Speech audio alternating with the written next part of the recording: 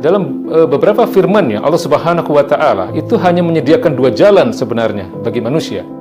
Jalan takwa atau jalan fujur. Ya, jalan fujur adalah jalan maksiat. Ya, wa hadainahun najdain. Kami telah berikan petunjuk kepada manusia adanya dua jalan. Atau di dalam surat Asy-Syam, ya, Allah katakan wa nafsi wa ma sawwaha, demi jiwa-jiwa ya, dalam kesempurnaannya, ya, fa'alhamaha fujuraha wa taqwaha. Allah telah mengilhamkan, Allah telah mewahyukan, Allah telah mengabarkan adanya dua jalan, yaitu fujuraha wa taqwaha, yaitu jalan fujur atau jalan takwa. Jalan fujur, jalan yang penuh dengan kemaksiatan, jalan yang di mana manusia memutuskan untuk menentang apa yang menjadi ketetapan dari Allah Subhanahu wa taala. Sementara jalan takwa adalah jalan yang ketika manusia memilih untuk tunduk dan patuh secara total kepada Allah Subhanahu.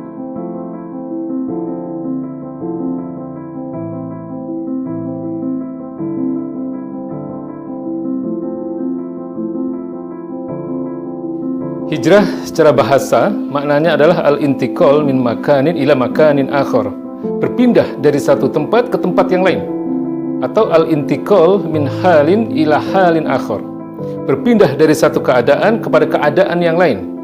Ya, dengan catatan bahwa keadaan yang kedua itu adalah keadaan yang lebih baik dari keadaan yang pertama. Ini makna secara bahasa. Maka kalau kita melihat bagaimana makna hijrah secara syar'i yang kemudian dirumuskan oleh para ulama, maknanya adalah merujuk kepada apa yang menjadi aktivitas baginda Nabi besar Muhammad SAW ketika beliau hijrah dari Mekah ke Madinah. Maka makna syar'i dari hijrah itu adalah al-intiqal min daril kufri ila daril Islam. Berpindah dari satu negara yang kufur, artinya negara yang diatur oleh hukum-hukum kufur, ya, menuju kepada satu negara atau satu wilayah yang diatur oleh hukum-hukum Islam. Ini adalah makna syar'i dari hijrah. Maka terkait dengan momentum hijrah kita, terkait dengan bulan Muharram kita pada hari ini, kita lihat bahwa dalam beberapa firman-Nya Allah Subhanahu wa taala itu hanya menyediakan dua jalan sebenarnya bagi manusia.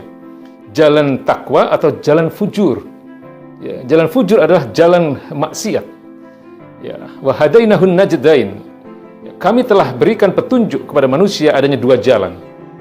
Atau di dalam surat Asy-Syam, ya, Allah katakan wa nafsi wa ma sawwaha, demi jiwa-jiwa ya, dalam kesempurnaannya, ya, fa'alhamaha fujuraha wa taqwaha. Allah telah mengilhamkan, Allah telah mewahyukan, Allah telah mengabarkan adanya dua jalan, yaitu fujuraha wa taqwaha, yaitu jalan fujur atau jalan takwa.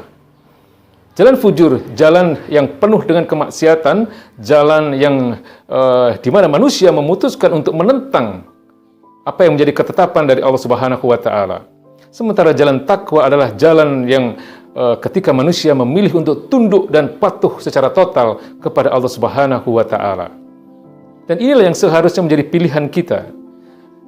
Dan hari ini kalau kita kaitkan dengan makna hijrah, ya, dalam konteks kita pada zaman ini, ya, kita harusnya bermuhasabah dalam masa-masa seperti saat ini. Kita ini ada di jalan yang fujur atau jalan takwa. Hari ini kita ada di jalan yang fujur.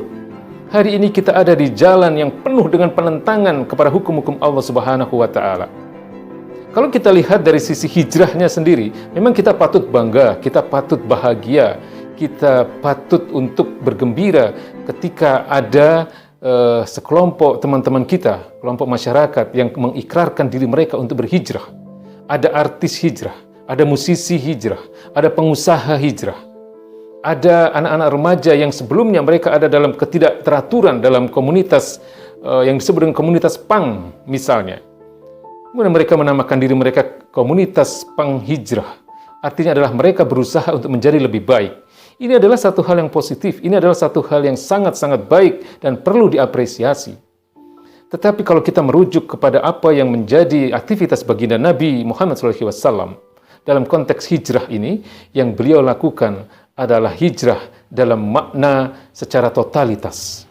Beliau hijrah tidak hanya dalam konteks pribadi. Beliau hijrah tidak hanya dalam hal-hal yang sifatnya individu, tapi beliau juga hijrah dalam artian dari Mekah ke Madinah, itu kemudian dengan melakukan satu perubahan besar dalam tatanan kehidupan masyarakat dan bernegara. Beliau tinggalkan dan beliau buang sistem-sistem jahiliyah buatan manusia.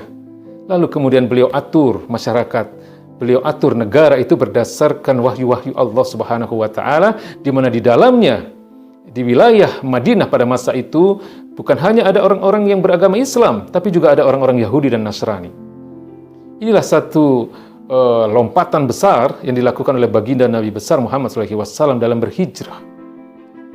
Inilah yang kemudian menjadi cikal bakal satu negara besar yang pada awalnya adalah negara Madinah, negara Islam, ya, yang kemudian meluas menjadi sampai meliputi wilayah seluruh Jazirah Arab, dan kemudian diteruskan oleh para Khulafaur Rasyidin, ya, khalifah-khalifah yang lurus, Abu Bakar As-Siddiq, Umar bin Khattab, Utsman bin Affan dan Ali bin Abi Thalib radhiyallahu anhum, sehingga kemudian wilayah kekuasaan mereka meliputi 3 benua.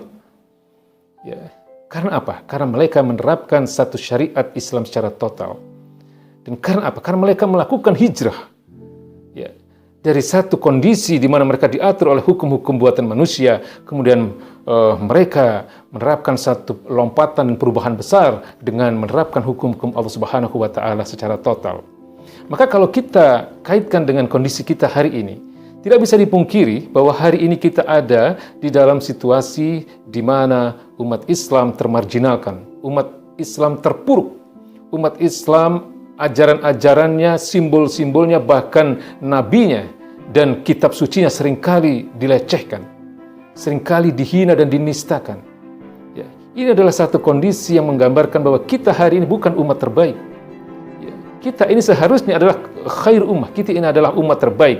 Tapi Allah janjikan bahwa status atau posisi umat terbaik itu hanyalah ketika ya, kita menerapkan syariat Islam itu secara total. Innallaha yarfa'u bihadzal kitabi aqwaman. Sesungguhnya Allah hanya akan meninggikan derajat suatu kaum ketika mereka berpegang teguh kepada hukum-hukum Allah Subhanahu wa taala secara total, kepada kitab ini, kepada Al-Qur'anul Karim. Maka kalau kita melihat atau kita melakukan kilas balik bagaimana proses hijrahnya baginda Nabi besar Muhammad SAW, maka itu bukanlah satu peristiwa yang instan, bukan satu peristiwa yang demikian cepat terjadi, tapi baginda Nabi melakukan tahap per tahap. Beliau melakukan dakwah, beliau melakukan penyadaran kepada seluruh masyarakat. Ketika beliau melihat bahwa Mekah tidak lagi kondusif, kemudian beliau memutuskan untuk berhijrah ke Madinah, karena beliau melihat bahwa Madinah adalah satu wilayah yang lebih memungkinkan untuk diterapkannya secara total hukum-hukum Allah Subhanahu wa taala, dan beliau menyiapkan kondisi masyarakat Madinah dengan terlebih dahulu mengutus sahabat Nabi yang mulia Mus'ab bin Umair radhiyallahu anhu.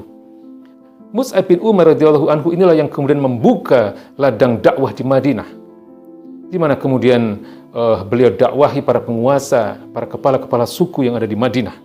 Yang kemudian akhirnya seorang kepala suku terbesar, yaitu Sa'ad bin Mu'adz radhiyallahu anhu, ya, beliau menerima dakwah ini. Beliau kemudian menjadi seorang muslim, dan beliau yang sebelumnya adalah seorang penguasa, bisa dikatakan penguasa Madinah, karena suku beliau adalah suku terbesar di kota Madinah. Beliau adalah orang yang sangat berpengaruh di Madinah. Beliau adalah orang yang mempunyai kekuatan militer yang sangat besar. Beliau mempunyai kekuatan yang sangat disegani. Tapi yang kemudian beliau lakukan adalah beliau serahkan itu semua kepada baginda Nabi besar Muhammad SAW untuk kemudian diatur kehidupan mereka berdasarkan hukum-hukum Islam. Dan beliau beserta kekuatan militernya menjadi himayah, menjadi pelindung, menjadi pengawal dan penjaga keberlangsungan tegaknya hukum-hukum Allah Subhanahu wa taala. Maka dari makna atau dari proses hijrahnya baginda Nabi besar Muhammad SAW ini bisa kita ambil 2 pelajaran. Yang pertama adalah baginda Nabi melakukan hijrah itu secara totalitas.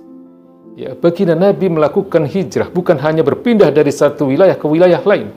Baginda Nabi melakukan hijrah bukan hanya memperbaiki pribadi-pribadi kaum muslimin secara individual, tapi baginda Nabi melakukan proses perubahan secara total, yaitu dengan membuang aturan-aturan atau hukum-hukum buatan manusia yang oleh Allah Subhanahu wa taala dikatakan sebagai hukum-hukum jahiliyah. Allah katakan afa hukmal jahiliyati yabghun? Apakah hukum-hukum jahiliyah yang mereka inginkan? Wa man ahsanu minallahi hukman? Siapa yang hukum-hukumnya lebih baik daripada hukum-hukum Allah Subhanahu wa taala? Liqaumi yuqinun, bagi orang-orang yang yakin akan kebenaran ajaran agama ini. Jadi Nabi kemudian membuang hukum-hukum jahiliyah lalu menerapkan hukum-hukum Allah Subhanahu wa taala secara total dalam seluruh aspek kehidupan. Dalam persoalan pribadi, juga dalam persoalan-persoalan muamalah, persoalan hubungan antar manusia, dalam aspek ekonomi, aspek hukum, sosial kemasyarakatan, dan termasuk juga di dalam proses politik pemerintahan dan kenegaraan. Itu poin pertama. Nabi hijrah secara total, secara multidimensi dalam seluruh aspek kehidupan. Yang kedua, hijrah yang seperti ini membutuhkan kekuatan fisik, kekuatan militer. Bukan hanya kekuatan psikologis, bukan hanya kekuatan yang sifatnya kesabaran, ya, keuletan. Karena memang hijrah yang seperti ini membutuhkan atau akan menghadapi berbagai macam tantangan. Ya, tetapi dalam hijrah yang seperti ini dibutuhkan kekuatan militer, dan peran ini diambil oleh Sa'ad bin Mu'adz radhiyallahu anhu, kepala suku Aus di Madinah.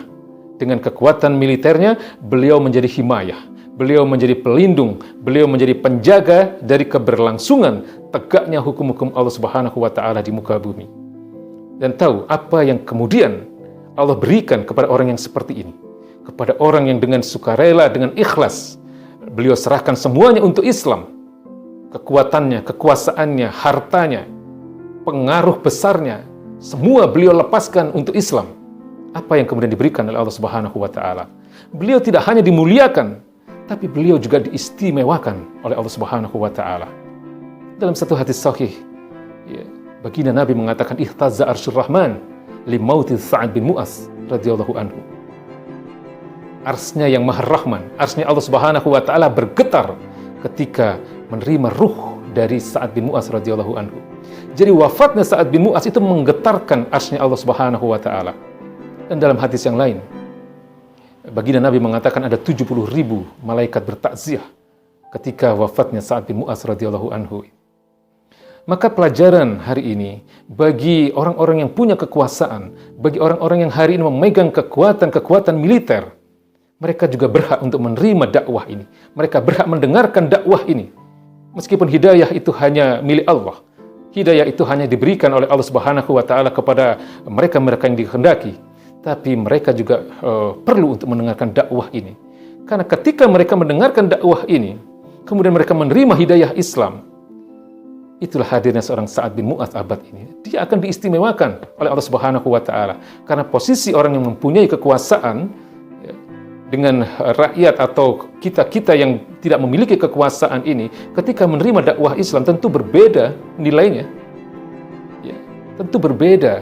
Orang-orang yang mempunyai kekuasaan ketika kemudian mereka menerima dakwah ini, mereka akan sangat dimuliakan dan diistimewakan oleh Allah Subhanahu wa taala. Maka dengar, kalian yang mempunyai kekuatan hari ini, terimalah dakwah ini. Karena hanya itu yang akan menyelamatkan kehidupan kaum muslimin. Hanya itu yang akan menyelamatkan dunia. Hanya itu yang akan menyelamatkan jiwa-jiwa manusia. Diterapkannya Islam secara utuh. Diterapkannya Islam secara kafah. Karena Islam, sebagaimana yang disabdakan dan difirmankan oleh Allah Subhanahu wa taala, Islam inilah yang disebut dengan rahmatan lil alamin, dan itu hanya terwujud ketika Islam itu diterapkan dalam seluruh aspek kehidupan.